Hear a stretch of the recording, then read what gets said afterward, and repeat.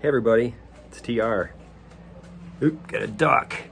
I'm down in my basement workshop and I am preparing for the kit guitar that I'm going to build. If you know me, you know I need to be prepared. I just don't do this half-assed. I'm what my son calls a perfectionist. He for some reason sees this as a fault. Anyways, I just thought I'd show you my workshop. It's a basement. Yeah. Oh, and 3D printer. That's where that magic happens. Yeah, I had that upstairs before, but summertime hits and up here in the Great White North, it's not quite air conditioner time yet. I like to open the windows and the humidity's big time. So you say, TR, well, the basement's going to be really humid. Well, it used to be till I bought that thing. And now the basement's actually climate controlled. That's the humidity, but it's also quite cool down here. It's probably in the mid 60s.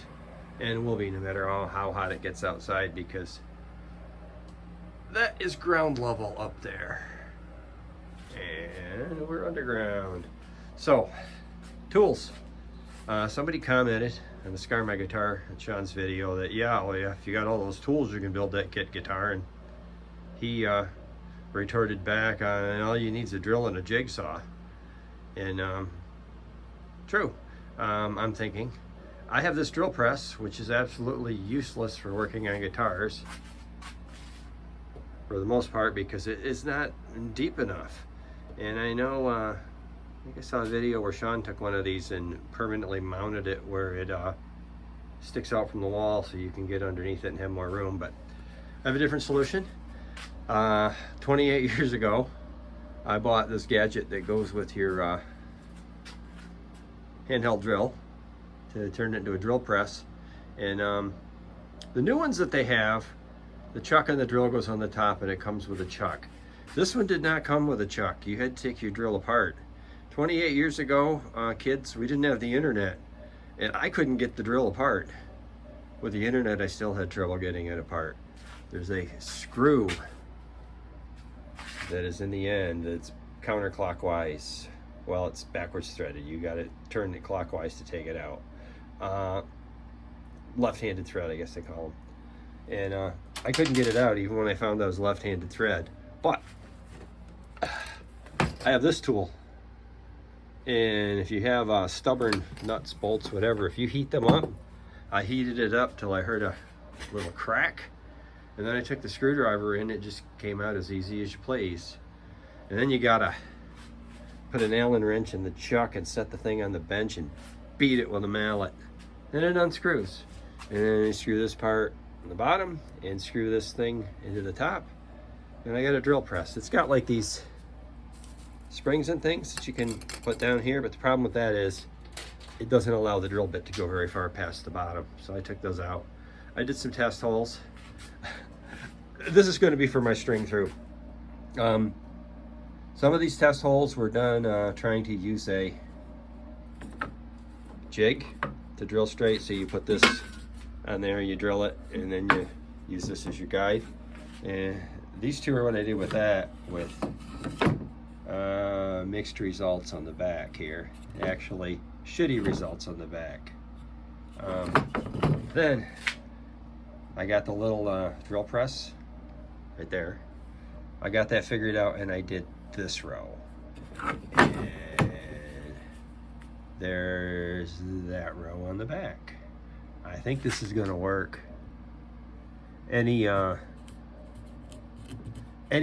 in that is due to my error in lining this up. And I'm gonna plan to use the holes that are in the bridge as it sits as my template of where to start the holes.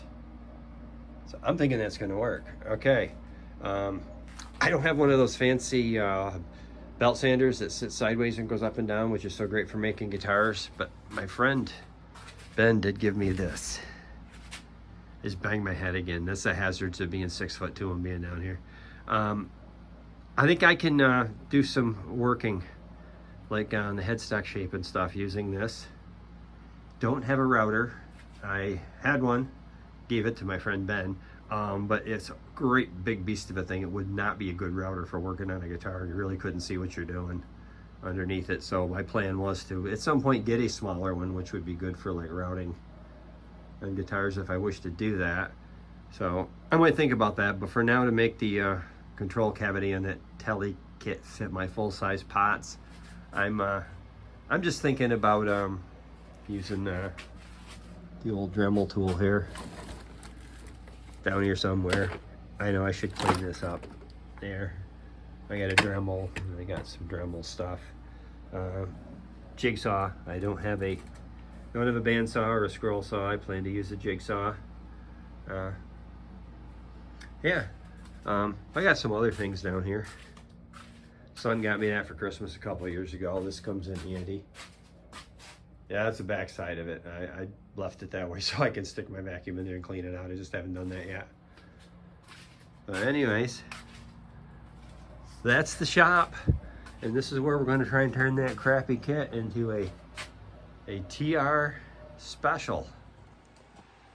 So, I don't know if you're interested in seeing this crap or not, but my cat woke me up at 3:30 this morning. We got him some new catnip, and even though he had plenty on his little sock monkey, that is the catnip delivery method of his choice, he needed to get up on the shelf where the bag was and make a lot of noise and wake me up. And allergies are acting up because it's hay fever season up here, and I just couldn't go back to sleep. And that's when I got the idea to heat that screw up to get it out and to fix my drill press. And of course the cat's taking full credit for that. He's like, see, if I hadn't woke you up at 3:30 in the morning, you wouldn't have solved this issue.